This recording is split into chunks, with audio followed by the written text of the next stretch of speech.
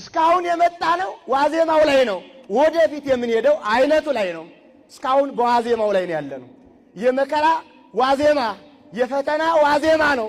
ወደፊት የምንቀጥለው የመከራ አይነት ላይ ነው። እንፈተናለን። ውስጥ እንፈተናለን፣ ውጭ እንፈተናለን። ሰላም ያሳጣናል። እንስቃለን፣ እናወራለን፣ አይሰማንም። ምን እንደጠፋ አናቅም።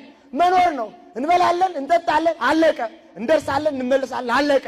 ምን አይነት ክርስትና ይኑረን? እንዴት ነው የምንከተለው?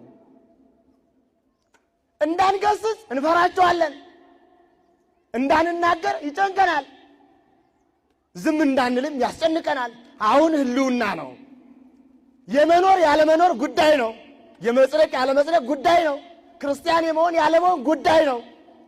ምን ሆነን ነው የምንከተለው? አስቡ። እኛ የመከራ መዓት እንደ ድንጋይ ወፍጮ እየመንደመዥ እየዞረ ታቹነን ምንደንስ ሰዎች ነን። እኛ የቤተ ክርስቲያን ጥፋት ታች ላይ እየጮኸ እየዞረብን እኛ እናወራለን። አሁንም አይገባንም። ሞትም አያግባባንም።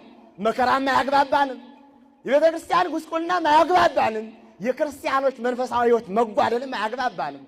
በየቤታችን ይጠፋብናል። ወዴት መሄድ እንዳለብን አቅጣጫ አናይም። ሁሉን ጭተን ተከተልህ። እንዴት እንከተለው?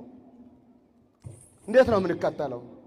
ትናንት ነበርን፣ ዛሬም አለን። እንዲህ ነው የምንቀጥለው ወይስ ለውጥ እናመጣለን? ታላቋን ቤተ ክርስቲያን ትንሽ አድርገን እንቀጥላለን? ዋጋ የተከፈለባትን ያለ ዋጋ ጥለን እንቀጥላለን? ወይስ ቤተ ክርስቲያንንም እኛ ሰው ሆነን እናስቀጥላለን?